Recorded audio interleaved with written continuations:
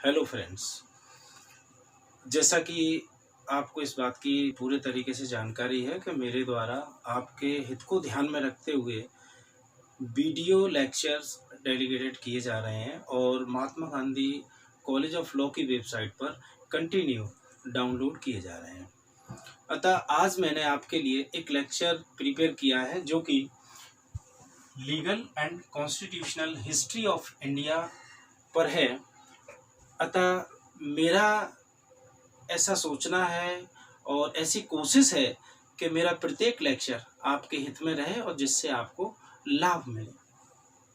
चलिए आज हम बात करते हैं हमारे इस लेक्चर पर, जिसमें legal and constitutional history of India जो सब्जेक्ट है उस पर एक लेक्चर प्रिपेयर किया गया है। और जो लेक्चर इस बात पर है कि भारत में कब से ईस्ट इंडिया कंपनी आई और ईस्ट इंडिया कंपनी का भारत में विकास, उसका उद्भव और उसका इतिहास क्या है, कब से इसकी स्टार्टिंग हुई, तो इस बात पर हम चर्चा करते हैं।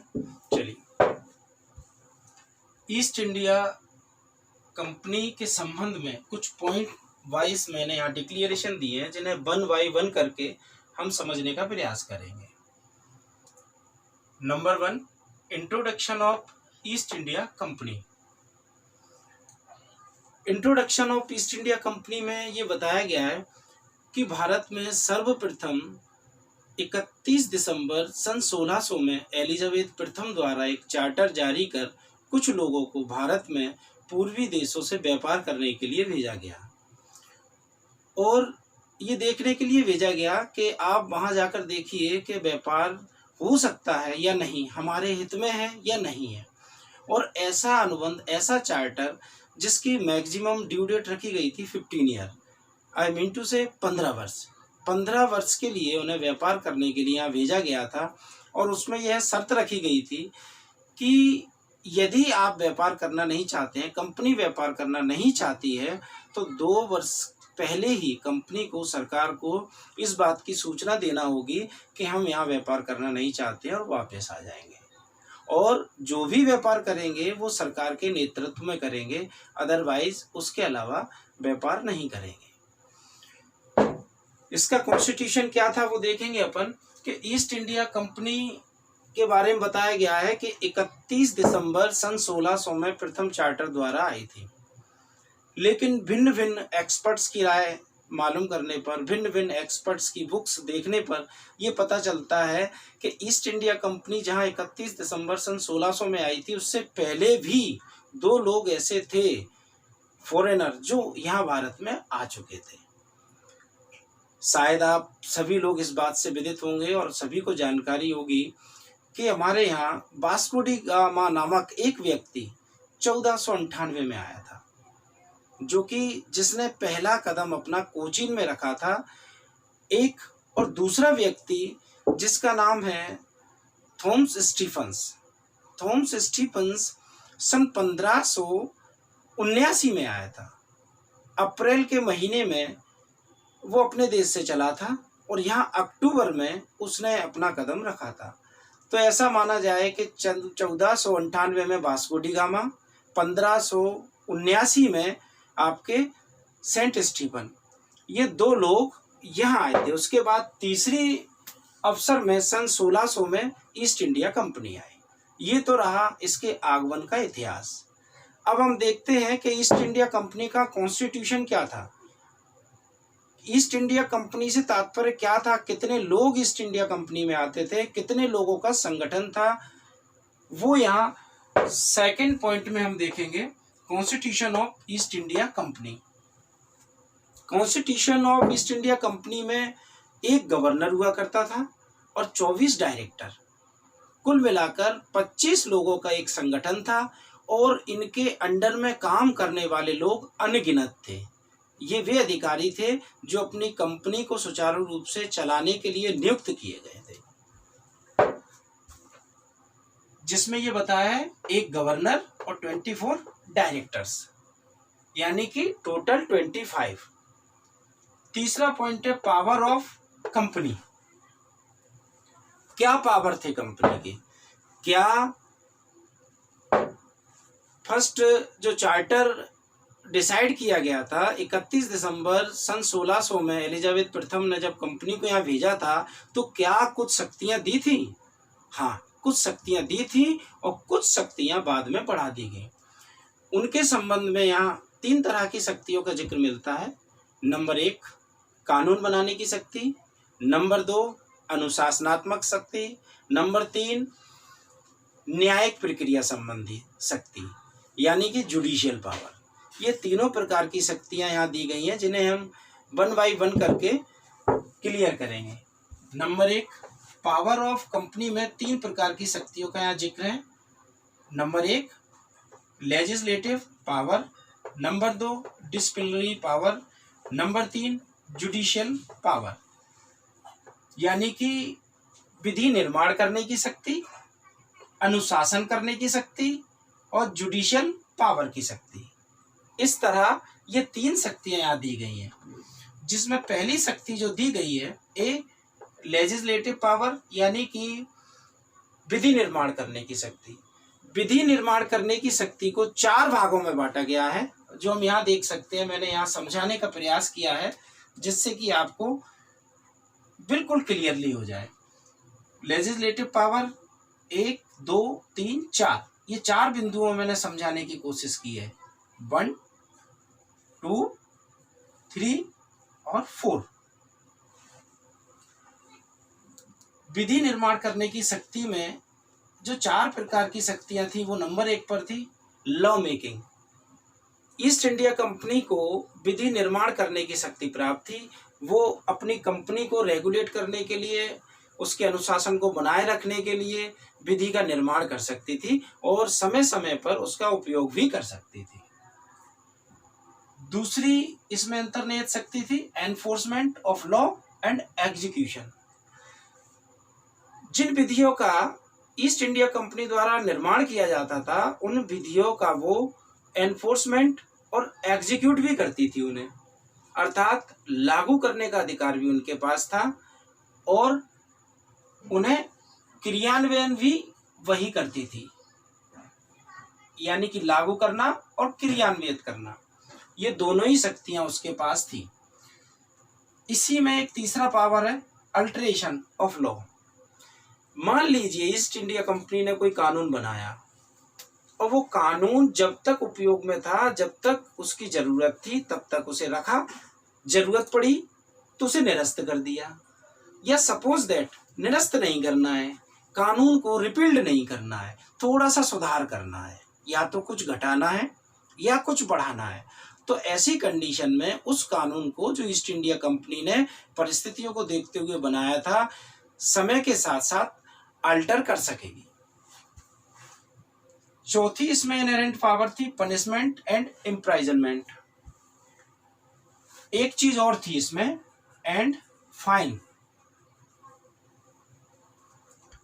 ईस्ट इंडिया कंपनी द्वारा जो कानून बनाया गया, विधि का निर्माण किया गया, उसमें ये तीनों ही चीजें थी। पनिशमेंट 1, कारावास 2 और अर्थदंड 3। पनिशमेंट दे सकती है अर्थात आपको सजा दे सकती है, दंड दे सकती है, का इम्प्राइजनमेंट कर सकती है, कारावास दे सकती है, फाइन भी आपके ऊपर लगा सकती है अर्थात जुर्माना भी अधिरोपित किया जा सकेगा। ये तीनों प्रकार के पनिशमेंट भी कंपनी देती थी।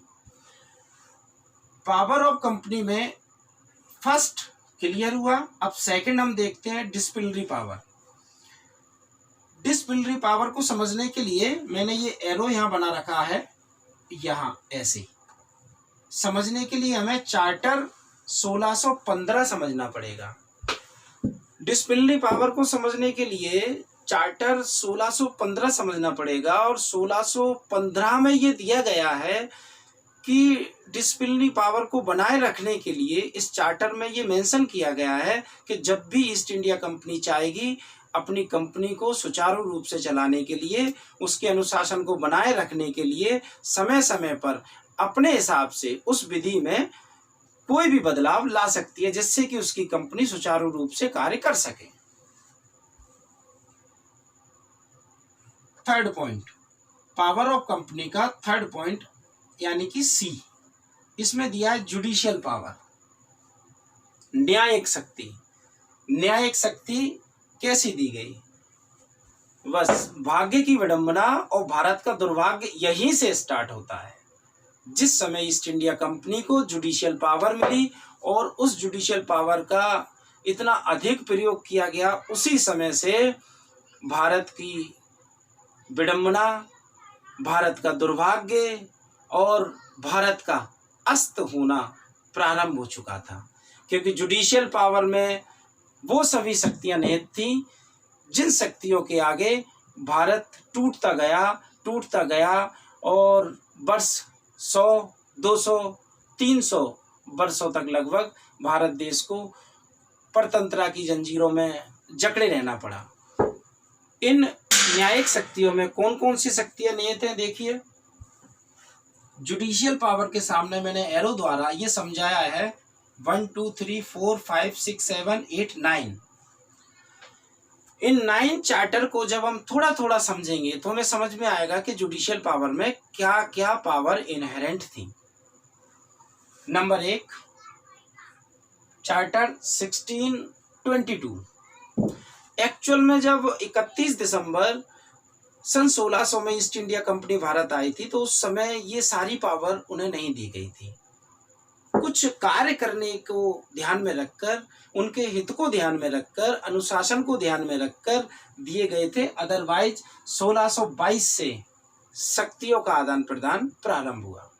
1622 में इस चार्टर द्वारा कंपनी को ये शक्ति दी गई कि कंपनी न्यायिक शक्ति का उपयोग कर सकती है, जरूरत पड़े तो कानून बनाने के साथ साथ वो न्यायिक शक्ति का भी उपयोग करेगी। Second, charter 1661। चार्टर 1661 द्वारा जो न्यायिक शक्तियां दी गई वो चार्टर 1622 को ध्यान में रखते हुए काफी ज्यादा थी। चार्टर 1661 में 2 तरह की शक्तियां दी गई। नंबर 1, जिसमें दिया गया कि गवर्नर और उसकी काउंसिल को न्यायिक शक्ति का पूरा प्रयोग करने का अधिकार है। कोई बात नहीं है, इसमें कोई दो राय नहीं है। जब न्यायिक शक्ति का प्रयोग करने का अधिकार ईस्ट इंडिया कंपनी को दे दिया तो गवर्नर न्यायिक शक्ति का प्रयोग करे या काउंसिल करे, न्यायिक शक्ति का प्रयोग तो आप कर ही रहे हैं। लेकिन कष्ट की बात दूसरे पॉइंट में थी।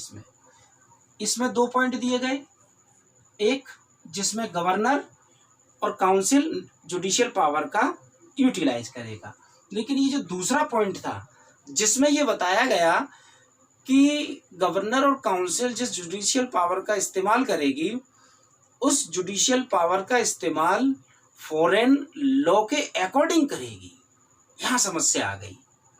भारत का कस्टम कुछ और था, भारत की परिस्थितियां कुछ और थी, भारत के रीति रिवाज कुछ और थे, यहाँ की संस्कृति, यहाँ की शिक्षा, यहाँ की भौगोलिक परिस्थितियां कुछ और थी। लेकिन हमारे यहाँ जिस लॉ को यूटिलाइज किया जा रहा था वो लॉ था फॉरेन लॉ, विदेशी कानून। यानी उनके अपने कानून के आधार पर न्यायिक शक्ति का प्रयोग करेंगे जो हमारे लिए हर तरह से अहितकर था, नुकसानप्रद था, प्रतिकूल था। Number 3, 1 2 number 3, charter 1668। 1668 में क्या किया गया? भारत में एक पुर्तगाली राजा हुआ करता था। उस राजा की सिस्टर का विवाह चार्ल्स सेकंड के साथ हुआ, और जब चार्ल्स सेकंड के साथ उसने अपनी छोटी बहन का विवाह किया तो उस समय बंबई, जो कि एक छोटा सा स्थान था उस पुर्तगाली राजा की दृष्टि में, उन्होंने वह बंबई उस चार्ल्स सेकंड को अपनी छोटी सिस्टर के विवाह में दहेज में दे दिया।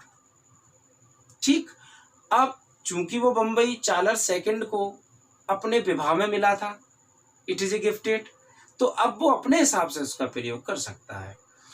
और जब ईस्ट इंडिया कंपनी डेवलप्ड हो गई, 1600 में अंग्रेज हमारे यहाँ आ गए, 1622 में शक्तियां मिल गई, 61 में मिल गई, 68 में चार्ल्स सेकंड ने क्या किया, उस बंबई को 10 पौंड सालाना किराए पर ईस्ट इंडिया कंपनी को दे दिया।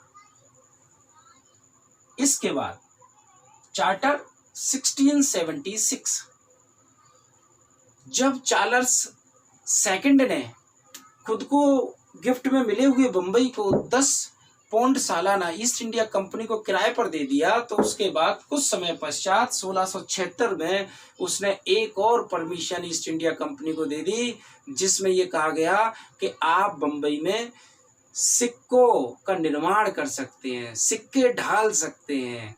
अब बंबई में सिक्के ढलने लगे, सिक्कों का निर्माण होने लगा। आगे चलते हैं, चार्टर 1683। 1683 में ईस्ट इंडिया कंपनी इतना शक्तिशाली हो गया कि वो किसी से भी युद्ध कर सकता था। अब उसके पास अपनी इतनी शक्ति, न्यायिक शक्ति, अनुशासनात्मक शक्ति, विधि बनाने की शक्ति, सेना की शक्ति, इकोनॉमिकल डेवलपमेंट और भारत देश की भौगोलिक परिस्थिति, शिक्षा, संस्कृति, प्रथाएं, रीति रिवाज, परंपराएं, रूढ़ियां इत्यादि सभी को समझ लिया था। क्योंकि देखिए 1600 से ईस्ट इंडिया कंपनी आई है और हम बात 1683 की कर रहे हैं, यानी कि 83 वर्ष ईस्ट इंडिया कंपनी को it must be complete in India.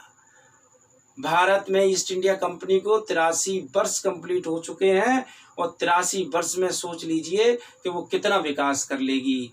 83 वर्ष कुछ होते हैं। आज भारत देश को आजाद हुए जितना समय हुआ है, संभवतः इतना समय हो चुका था, बल्कि शायद इससे ज्यादा। Next, charter 1698। इसी तरह 1698 में भी उन्हें और भी शक्तियां मिल गई, जिसमें बताया गया कि दीवानी संबंधी मामले भी आप सुन सकते हैं। चार्टर 1765, गजब। चार्टर 1765 अपने आप में अद्वितीय है। इस चार्टर द्वारा जो ईस्ट इंडिया कंपनी को शक्ति दी गई, वो शक्ति बेहद ही खतरनाक थी, जिसमें बंगाल, उड़ीसा, मद्रास, इन तीनों प्रेसिडेंसी नगरों की दीवानी टोटल सौंप दी गई और इन्होंने भारत देश में राजाओं में फूट डालकर शासन करना प्रारंभ कर दिया। चार्टर 1818। चार्टर 1818 में इतना शक्तिशाली हो गया ईस्ट इंडिया कंपनी कि जो बात मैंने आपसे यहाँ 1676 में कही थी कि वो किसी से भी युद्ध कर सकते हैं, ऊपर मैंने बताया कि इतनी शक्तिशाली हो गई, किसी से युद्ध कर सकते हैं।